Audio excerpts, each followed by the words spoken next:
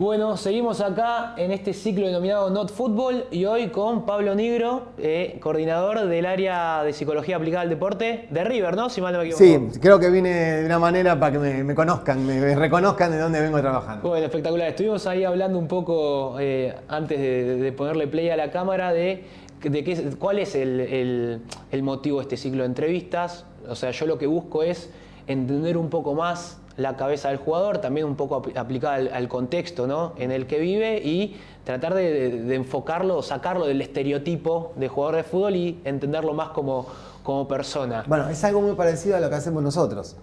Exactamente. Cuando nosotros miramos al sujeto, miramos a la persona y la llevamos al deporte.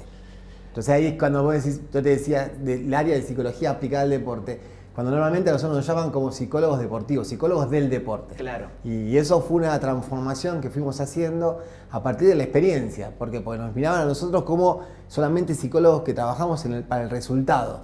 Claro, que era por lo deportivo y exclusivamente. Claro, ustedes lo que buscan es formar las personas que puedan rendir, sí, o puedan llevar a cabo esa tarea de deportista de élite. Hablando de esto, ¿cuál es la diferencia principal o cuál sería la diferencia entre la cabeza de un futbolista profesional y la de una persona común, de un ciudadano a pie? Bueno, yo te diría que no hablemos del jugador de fútbol exclusivamente, sino hablemos del alto rendimiento. Perfecto. ¿Funcionan distinto? Sí, porque tienen un proceso de formación distinto. Vos pensás que los deportes tienen el inicio del deporte es de edades tempranas. Sí. O sea que un deportista ya a los 6, 7 años está compitiendo. Que es muy diferente a un chico que a lo mejor va a una escuelita o no hace deporte. No tiene eso de tener que prepararse, de tener herramientas para competir. Competir no es algo simple. Claro. Competir es exponerse, que haya un resultado de por medio, que haya una presión. Hace mucho tiempo me decían unos papás, no, hay que sacarle la presión a los chicos. Los chicos no se puede sacar la presión. Claro. La presión es algo que los chicos van a tener que amigarse. Es propia de la competencia. Es propia la competencia, propia la exposición. Y el chico va a tener que tratar de regularla, manejarla, dominarla, porque la presión va a estar siempre. Entonces hay que preparar al jugador para que llegue el momento de cuando juegue en primera pueda sostener esa presión que viene de la afuera, de la tribuna, de los representantes y de la adentro, ¿no? De tener que exigirte, porque se pone en juego un montón de cosas. Hacía tiempo mandábamos a los chicos a los colegios. Sí. ¿No? Y claro, iban al colegio, que eran colegios comunes, donde se intercambiaban con otros chicos. Claro. Y vos entrabas y era fácilmente ver al jugador de fútbol del chico que no juega al fútbol. Entonces hay un desarrollo físico muy grande y un desarrollo mental de quema de etapas, de madurez. Un chico, vos pensás que vos tengas 15 años y estés viviendo lejos de tu familia, que estés tratando de competir, de ganarte un lugar, de encontrar, superar obstáculos, que eso a lo mejor un chico de 15 años no necesita, más que aprobar una materia en el colegio. Está buenísimo lo que decís, porque hay cierto concepto de que el jugador de fútbol tiene que madurar rápido. ¿Por qué? Porque a los 18 pasa a ser un profesional. Quizás pasa a ser el sostén de su familia, porque empieza a ganar más que su padre, que su madre. Pasa también a exponerse de manera quizás más conocida, y esa exposición trae la fama, trae dinero, trae todo ese entorno que a veces quizás puede ser medio nocivo, pero también es parte del mundo. O no trae todo eso, también, pero tenés que mantener una familia. Es verdad. Y entonces, ¿cómo se trabaja o cómo se maneja la cabeza de un chico que a los 17 años de la nada es el sostén de su familia? Bueno, eso se va preparando, son procesos de trabajo. Acá no es que hay una técnica que decimos, te voy a preparar a vos para que te aguantes ser una estrella y manejes a tu familia. Sí. No, esto uno va elaborando estrategias para ir preparando al deportista para cuando llegue el momento se convierta en un jugador profesional. ¿Es responsabilidad del club esa preparación? No, que el club lo ve como una herramienta fundamental para que suban mayor cantidad de chicos a ser jugadores de alto rendimiento. Es parte de un proceso. Nosotros en el club hablamos de lo que es la formación integral. Formación integral es preparar la parte deportiva y la parte humana. Sí. Para que cuando llegue el jugador esté preparado no solamente para llegar, sino para llegar a adaptarse y sostenerse. Bueno, yo creo que coincido que es igual de importante, pero que hoy en día los clubes quizás se abocan más a esa preparación humana, pero antes no. Y de hecho, hay otros clubes que quizás no están tan desarrollados como River en ese departamento, y vos seguramente te has encontrado con jugadores profesionales que no tuvieron esa preparación y de un día para el otro forman parte, en tu caso, del mundo River, y eso contempla un montón de cosas en su mente que quizás no tiene las herramientas para manejarlo. No tiene las herramientas para sostenerse. Para sostenerse. Y a veces pasa mucho, ¿no? Nosotros antes existía esto del jugador que jugaba un partido, 2 partidos y desaparecía. Porque una cosa es llegar y otra cosa es llegar y poder adaptarse a algo que es totalmente diferente. Ser un jugador juvenil es totalmente diferente de ser un jugador profesional. Y uno tiene que trabajar para que en este proceso de que arranquen infantiles, sí, que pasa por juveniles y que después hay un pre-profesional que es la reserva, al jugador se le haga esta formación integral que cuando llegue tenga las herramientas necesarias para poder sostenerse. Bueno, hablábamos afuera de cámara hace un rato y esto me parece que da al pie, es la diferencia entre el jugador juvenil y profesional, es ese salto a primera, muchas veces relacionado con el éxito. Bueno, y ahí también es entender qué es el éxito, ¿no? ¿A qué entendemos como éxito? El jugador viene al club con un sueño. Sí. Y el sueño es jugar en la primera de River. Sí. Hay un tema que nosotros como psicólogos lo trabajamos muchísimo, que tiene que ver con el deseo, ¿no? Esto es bien una variable psicológica que es el motor psíquico viene a través del deseo, que es lo que a vos te empuja día a día a hacer lo que estás haciendo. ¿Qué pasa? Cuando hablamos de deportes tempranos, hablamos de iniciaciones de chicos que los llevaban a jugar al fútbol hasta sin saber por qué estaban jugando al fútbol. Sí. Y estos deseos a veces vienen más relacionados con la familia, con el papá, con la mamá, que Freud decía que los hijos son los que tapan los agujeros narcisistas, ¿no? Es eso, que lo que no pude hacer yo, que lo haga mi hijo. Claro. Entonces, todos en diferentes rubros, el tipo que es amante de la música, le puso una guitarra al nene en la mano, y el nene mejor no sabía de qué estaba hablando. Sí. Pero ¿qué pasa? Este deseo, vos en un momento el chico está haciendo lo que hace por el papá y la mamá. Porque está bueno el reconocimiento, la mirada, el abrazo.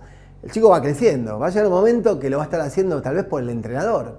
Pero va a tener que hacerse cargo de ese deseo, porque si no, no lo puede sostener. Y hay muchos chicos que a la edad de la adolescencia, cuando se encuentra entrenando todo el tiempo, haciendo doble turno, se encuentra con que no está en el lugar que quieren estar. Bueno, hay casos que van un poco más allá de esto que contás, que son los propios jugadores de fútbol que ya, habiendo completado su carrera como profesional, una vez retirados, dicen, a mí en realidad no me gustaba el fútbol. Sí, bueno. Ha pasado. De hecho, hay una frase histórica de Batistuta que decía que en realidad él lo sufría, pero bueno, lo hacía porque era lo que le daba. Bueno, pero ahí hay una transformación que es lo que te da de comer. Sí. Y lo encontrás por ese lado, como un trabajo. Lo que pasa es que vos pensás que el deporte... ¿El jugador de fútbol lo toma como un trabajo? ¿Jugar al fútbol? Y la idea es que nunca pierda ese... O lo encara por otro lado. Y ya pasa... Vos pensás que el alto rendimiento, el profesionalismo es vivir del fútbol todo el tiempo. Sí. Pensar en el fútbol, cuidarse. Nosotros hablamos mucho de lo que es el entrenamiento invisible. Pero da la casualidad, o hasta te diría la ironía de que el fútbol es un juego.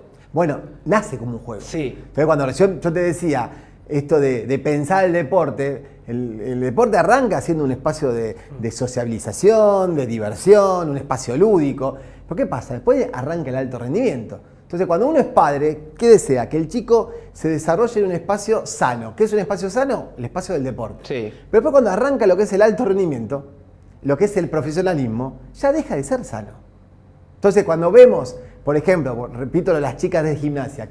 ¿Por qué deja de ser sano? Porque uno está buscando siempre los límites. Uno está tratando de atravesar límites físicos y mentales todo el tiempo. ¿Y no hay lugar para el disfrute? Y ahí es lo que nosotros trabajamos. Que el deportista nunca pierda por lo menos un espacio de disfrute. Cuando vos te pones a hacer algo todo el tiempo con ciertas reglas, con normas, que te bajan línea, ya no es un lugar de diversión. Ya es un lugar donde vos estás atravesado por la obligación. Y esa obligación a veces no te deja disfrutar. Entonces vos te encontrás, como decía Batistuta, un montón de jugadores que tienen que estar todo el tiempo viviendo del fútbol. Comen para el fútbol, duermen para el fútbol, hacen el doble turno para el fútbol. Su vida es el fútbol. Sí. Y eso les sirve para que sus carreras sean espectaculares, pero es una obligación. Entonces hay presión que tiene que sostener un contrato, hay muchas cosas que uno dice, bueno, son maravillosas, son espectaculares, pero el jugador la tiene que sostener. Y ahí entra un montón de variables que se ponen en juego constantemente, como esto de como hablábamos antes de la presión, el tener que sostenerse. No es fácil. A lo mejor me fue bien este año y el año que viene también me tiene que ir bien. Hay una frase que se usa mucho, lamentablemente, en el fútbol, que es este jugador tiene un montón de talento, pero no tiene cabeza, entonces no va a llegar a nada. Sí. Sí. Pasa. Bueno, antes pasaba mucho más. ¿Por qué? Porque el jugador, como no se lo entrenaba mentalmente, quedaba todo en lo que era innato. ¿Qué era innato? Que físicamente era dotado, que tiene un talento espectacular, y si la cabeza lo ayudaba, podía jugar. Nosotros decimos que los juveniles es el cementerio de talentosos. ¿Por qué? Porque hay un montón de jugadores que no llegaron, sí, y que tienen un talento terrible. Ser jugador de fútbol también es un deporte para inteligentes. El alto rendimiento tiene que ser inteligente el jugador. Tiene que saber, y hablo de inteligencia relacionada al fútbol, tiene que saber cómo se tiene que cuidar, tiene que saber cuándo hacer las cosas, tiene que saber un montón de detalles que te permitan a vos mejorar. Y es una pregunta quizás muy profunda, pero ¿cuál es la delgada línea entre la mentalidad propia de un jugador y lo que el jugador puede absorber en base a la educación que recibe? Hay una parte yo siempre digo que está el esfuerzo y el trabajo. Si vos agarrás a un talentoso y ese talentoso le mete esfuerzo y trabajo, realmente va a ser un jugador excepcional. Pero después está el talentoso que dice, bueno, yo con esto me alcanza, y le alcanzó toda su vida. Eso en un momento no le va a alcanzar. Cuando llegas ya a los niveles más altos no le va a alcanzar. Y en cambio está el tipo que laburó toda su vida, sí, y logró llegar. Entonces hay una parte adquirida que es a partir del trabajo, del esfuerzo, de la dedicación.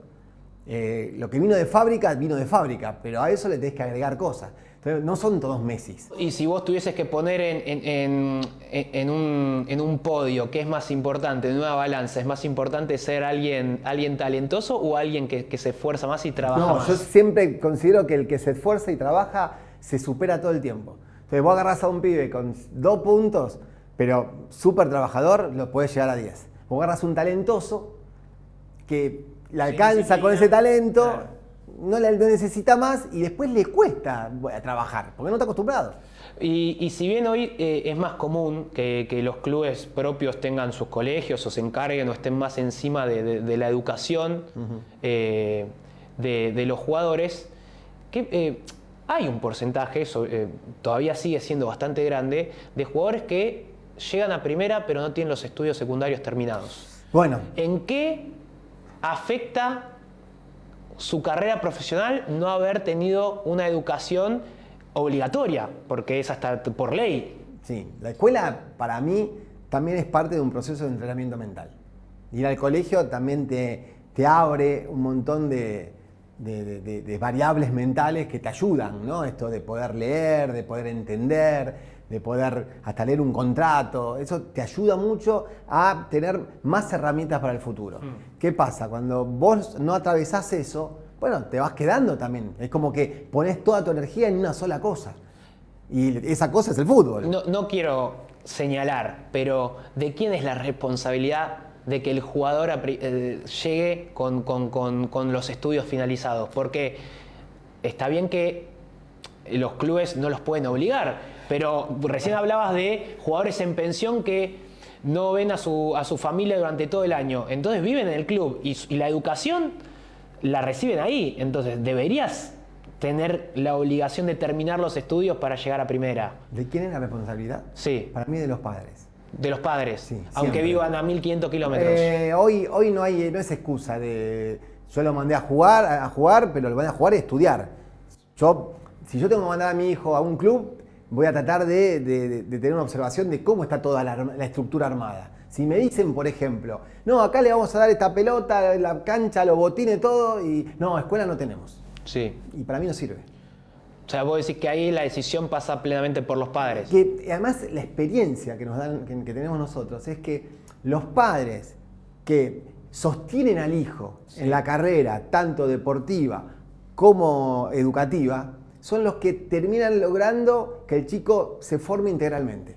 El papá que lo manda al chico y le dice, no estudies, pero vos jugás al fútbol, el chico no va a estudiar. Entiendo y comparto, pero también hay que admitir, Pablo, que el sistema a veces propio, no digo que le pida al jugador que deje los estudios, pero sí lo condiciona, porque los entrenamientos de juveniles son todos o turno mañana o turno tarde. Ahí ya perdés un turno de colegio. A veces Bueno, son ya no hay turno. más, ya no hay más doble turno. En el fútbol no hay doble turno. Perfecto, entonces vos decís que el fútbol está tratando de mejorar esa parte. Totalmente. Hoy, por ejemplo, River tiene un sistema Sí. que se llama sistema DAR, sistema de alto rendimiento, que es preparar, hacer que el chico estudie en una situación más acorde a sus necesidades. Entonces, no tiene esto de las 5 horas después de estar en un aula, sino lo hacen estudiar de una manera más activa, más dinámica, para que él lo pueda disfrutar más. Aprenda, por ejemplo, geografía, aprendiendo cosas de la Champions. Entonces, se le busca cosas que el deportista se sienta mucho más cómodo.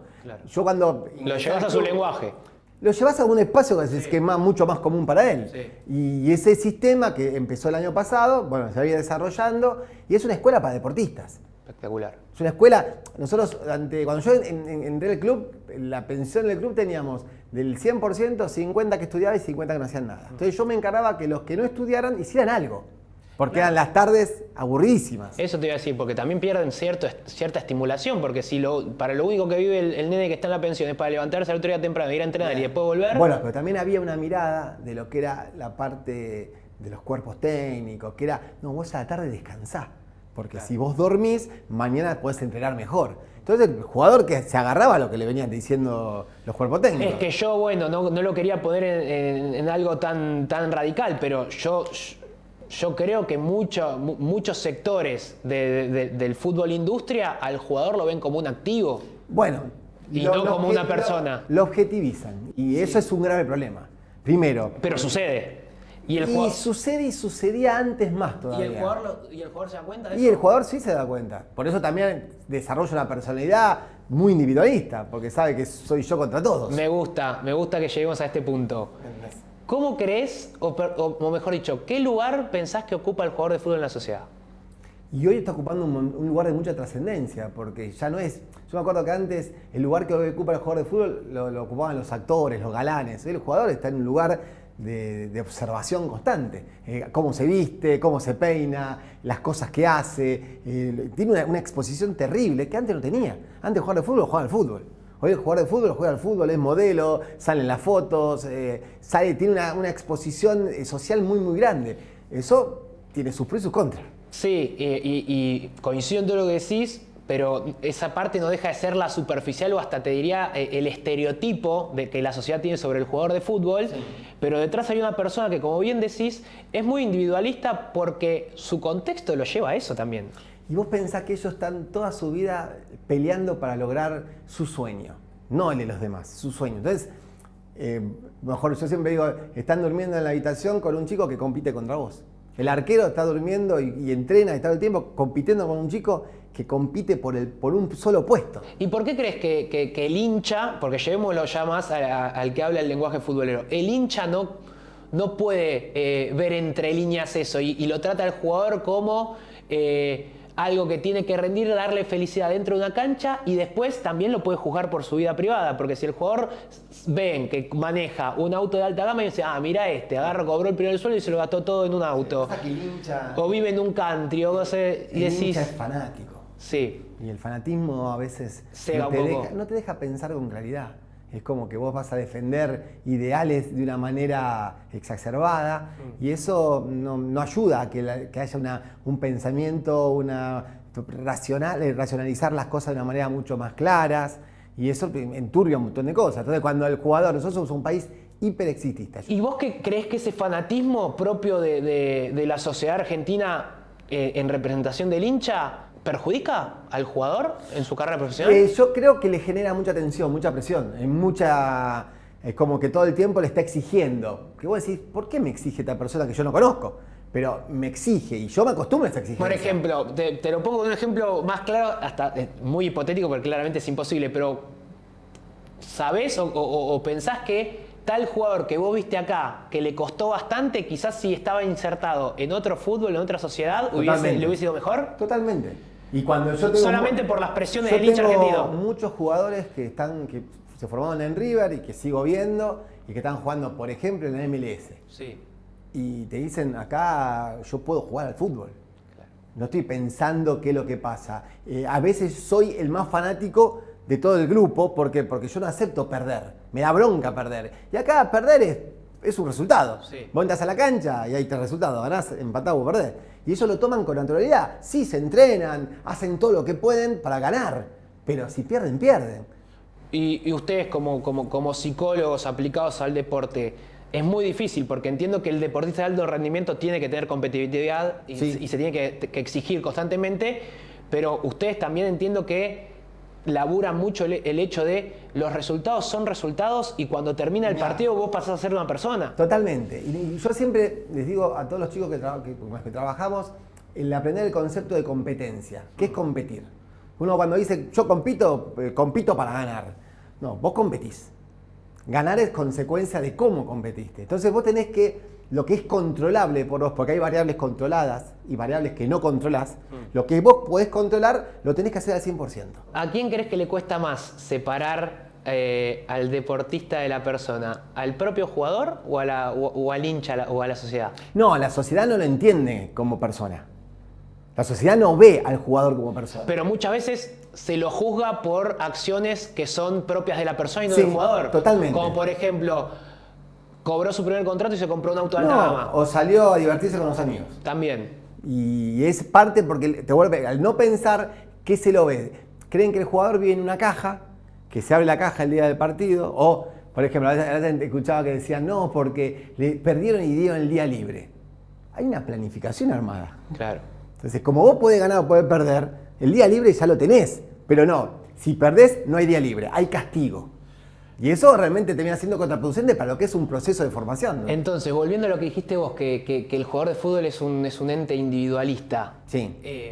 Se forma de esa manera. ¿Se forma por el mundo que lo rodea? Se forma porque la personalidad uno va generándola por lo que tiene que hacer durante su vida. Él tiene que pelear por su espacio. ¿Es un mecanismo de defensa a lo que voy? Está dentro de los mecanismos de defensa, está dentro de la formación. Pensá que cuando uno arranca de tan chiquito, arrancás compitiendo de tan chiquito y arrancás compitiendo con tu compañero para ganarte un espacio, juega lo juego yo, eso te va formando, eso te va desarrollando una personalidad.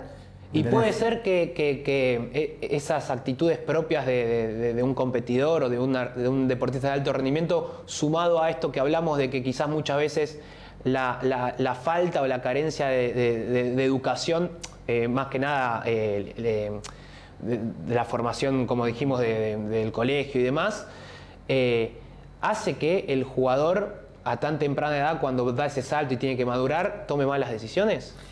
No es exclusivo, no es que el jugador va a tomar malas decisiones porque no está formado. ¿Entendés? El jugador puede tomar malas decisiones aunque esté formado. Tiene que ver con otros aspectos, otras variables que se ponen en juego. Acá lo que se busca es que el jugador tenga las herramientas para tomar buenas decisiones. Después puede tomarlas como no. Le ha pasado con jugadores que muy bien formados y que la ansiedad los llevó a querer irse a un lugar que terminó siendo un paso en falso y el tipo tenía todas las condiciones como para poder desarrollarse. También están atravesados por un montón de cosas. Vos pensás que tienen representantes que también se ponen en juego y que juegan un papel determinante en la vida de los deportistas. Dicen, no, vos acá no tenés que quedarte, tenés que irte para allá. Y eso hace que el jugador se confunda muchas veces. Me gusta que abriste otra puerta, que es el rol de los representantes. Sí. Para vos, ¿son un intermediario necesario? Para mí son necesarios en lo que tiene que ver con el crecimiento y el sostén de los chicos en muchos aspectos. Y por otro lado, son agentes que terminan a veces complicando un poco esta toma de decisiones de los jugadores. ¿Has visto grandes jugadores con mucha proyección que terminaron mal solo por su representante? Que no sé si terminaron mal, pero que a lo mejor no alcanzaron ese deseo que quizás que trabajaban. No tomaron buenas decisiones. Nosotros tenemos el tema de los representantes que al principio están muy cerca del jugador y después el jugador no funciona, se alejan. Y eso a mí me parece muy doloroso, ¿me entendés? Porque a lo mejor el jugador, cuanto más te necesita, no estás. ¿Es alguien en grandes aspectos, ¿no? O llevándolo a generalidad, desconfiado el jugador? Es desconfiado, sí, totalmente. ¿Pero por qué? porque está solo peleándola para lograr su objetivo. Está solo. Y en la puja, entre si uno tenés que decir por quién se inclina el jugador, entre su representante o el club o los directivos del club. Y normalmente va a confiar en su representante. Pero ahí no es que todos van a pensar de la misma manera. Yo sí te puedo decir que el jugador de por sí es desconfiado, es individualista porque es como se va formando. Después hay una subjetividad que cada uno es distinto, ¿me entendés? Sí, y yo estuve hablando en estas diferentes charlas de este ciclo y muchos coinciden en que el representante forma una parte fundamental de la contención y la educación del jugador, sobre todo a edades tempranas. Como sí. que es su responsabilidad. Conlleva con el rol del representante esa responsabilidad. En muchos casos ayuda muchísimo. ¿Por qué? Porque hay jugadores que tienen muy bajos recursos y sin el apoyo del representante les costaría todo el doble.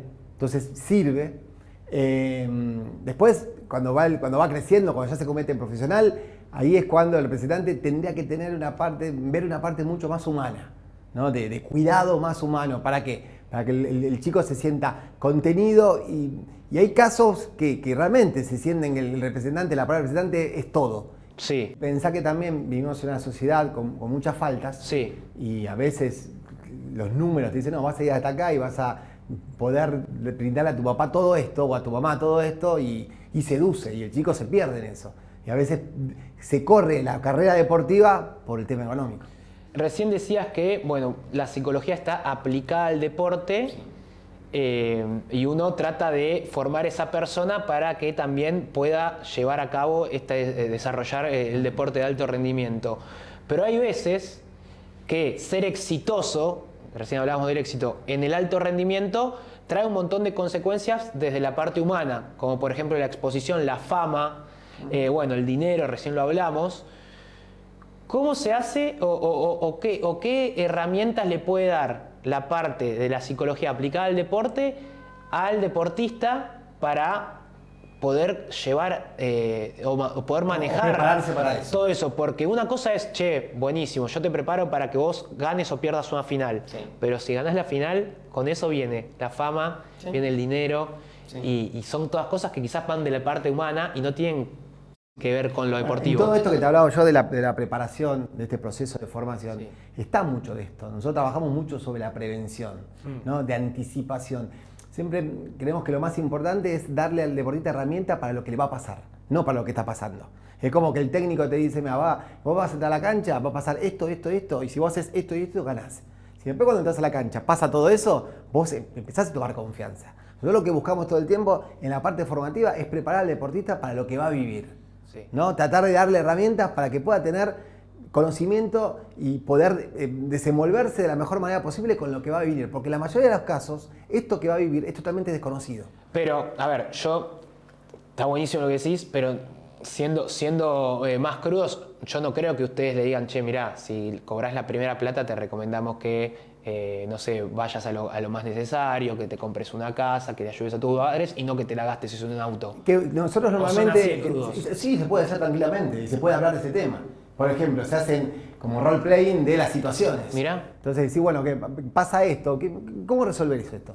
De ahí pasa muchas veces, me acuerdo que nosotros decíamos, vamos a plantear los objetivos para cuando seas profesional. Sí. Y antes los objetivos era, yo quisiera debutar en el club, jugar en la selección nacional, y hoy te encontrás con, y yo quisiera jugar en Europa, tener un auto súper especial y salir con una modelo. Y fue como se fueron transformando.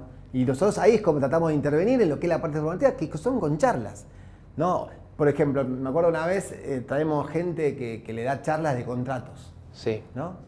Y viene y les cuentan, ustedes se van a enfrentar a esto.